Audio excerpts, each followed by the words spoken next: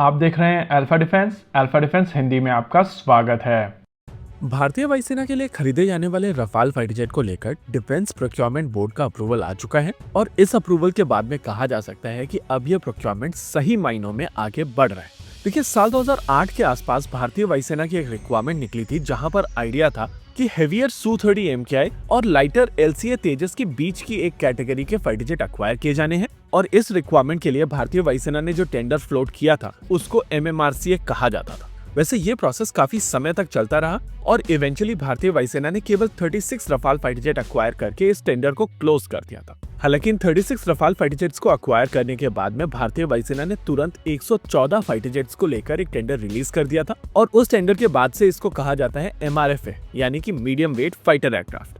जिस दिन भारतीय वायुसेना की तरफ से 36 रफाल फाइटर जेट अक्वायर किए गए थे उसी दिन भारतीय वायुसेना इस प्रोग्राम को लेकर कमिट हो गई थी, क्योंकि इनिशियल प्रोक्योरमेंट के साथ में जो इंफ्रास्ट्रक्चर, ट्रेनिंग और दूसरे सिस्टम्स आए थे उसके बाद में एक नए टाइप के एयरक्राफ्ट में इन्वेस्ट करना काफी कॉम्प्लिकेटेड हो जाता है। आप सभी को याद होगा, लगभग 6 महीने पहले भारतीय वायुसेना की तरफ से प्रपोजल मिनिस्ट्री ऑफ डिफेंस को भेजा गया था कि उनको रफाल फाइटर जेट अक्वायर करने हैं और ये 114 फाइटर जेट्स रफाल ही होंगे।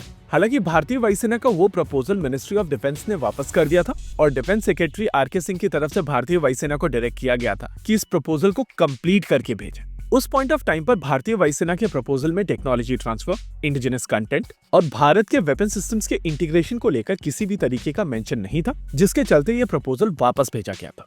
देखिए, मिनिस्ट्री ऑफ डिफेंस की एक्सपेक्टेशन थी कि इस डील के साथ में भारत को टेक्नोलॉजिकल नो हाउ मिले, एयरक्राफ्ट में जाने वाला इंडिजिनस कंटेंट लगभग 60% हो, साथ ही ये एयरक्राफ्ट भारत के अपने सिस्टम्स के साथ में पूरी तरीके से कंपैटिबल हो। देखिए, रफाल एक कॉस्टली फाइटर जेट है और इन सभी चीजों को लेकर आप जैसे जैसे नेगोशिएट करते चले जाएंगे वैसे वैसे पूरे एयरक्राफ्ट की कॉस्ट बढ़ती चली जाएगी।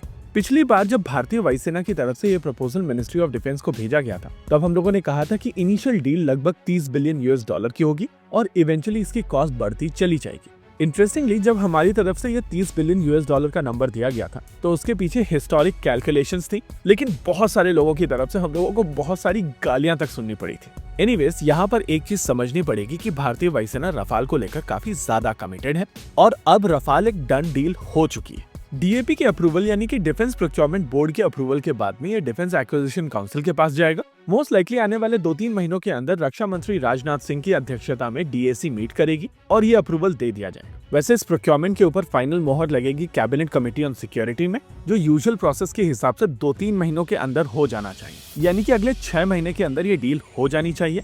लेकिन यहाँ पर एक डायनेमिक्स और ऐड होता है। अगले महीने French president Emmanuel Macron Bharat आने वाले हैं और चांसेस हैं कि मैक्रोन की विजिट के दौरान यहाँ पर एक डील साइन हो जाए। हालांकि इसके लिए भारत सरकार को चीजों को काफी तेजी से एग्जीक्यूट करना पड़ेगा और जब बात आती है डिप्लोमेटिक मैसेजिंग की तो भारत सरकार की मशीनरी पहले भी काफी तेजी से काम करती आई।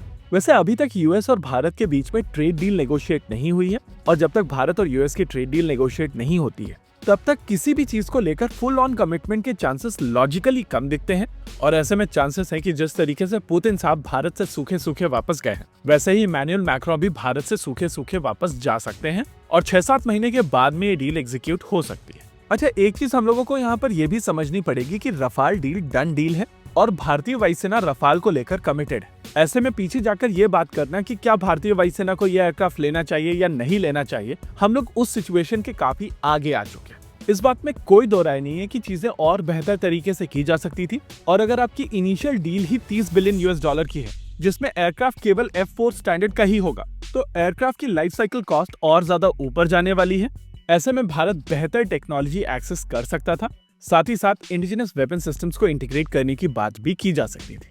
अच्छा, इस समय मेन स्ट्रीम मीडिया में सोर्स के माध्यम से कई तरीके के क्लेम्स आ रहे हैं, जैसे कि इस एयरक्राफ्ट को लेकर सोर्स कोड भारत को दे दिए जाएंगे, भारत अपने खुद के वेपन सिस्टम्स के ऊपर इंटीग्रेट कर पाएगा, इवेंचुअली इस एयरक्राफ्ट के ऊपर 60% इंडिजिनस कंटेंट होगा और ये ISCCs के साथ में पूरी तरीके से कंपैटिबल होगा। देखिए, इस तरीके की रिपोर्ट्स पहले भी आ चुकी हैं और भारतीय वायुसेना के 36 रफाल से लेकर नेवी के रफाल्स तक इस तरीके की सोर्स बेस्ड इन्फॉर्मेशन आ चुकी है। पर्सनली हम लोग रेकमेंड करेंगे कि जब तक पूरी तरीके से डील साइन नहीं हो जाती है तब तक टर्म्स को लेकर बात करने का कोई लॉजिक है नहीं। हाँ, ये सब चीजें एंगेजमेंट फार्मिंग के लिए ठीक है और जिनको क्लिक्स चाहिए, व्यूज चाहिए, वो लोग ये चीजें करते रहेंगे। होप चीजें यहाँ पर क्लियर हुई होंगी। इसी के साथ आज के इस वीडियो में रखते हैं केवल इतना ही। वीडियो को अंत तक देखने के लिए धन्यवाद। देखते रहिए अल्फा डिफेंस। जय हिंद।